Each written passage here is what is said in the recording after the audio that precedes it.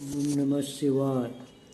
Saint John of the Cross, આ પ્રેમાળ ખ્રિસ્તી સંતનું મરણ ઈસવીસન 1591 થયું.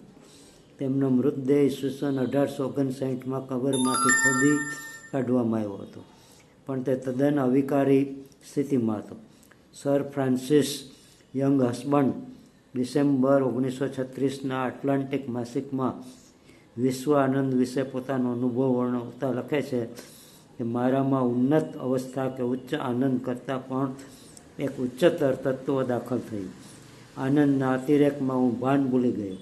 આ અવર્ણનીય અથવા લગભગ અસહ્ય આનંદની સાથે આ જગતના ઉત્તમ શિવત્વની ભાવના મારામાં ખીલી ઉઠી.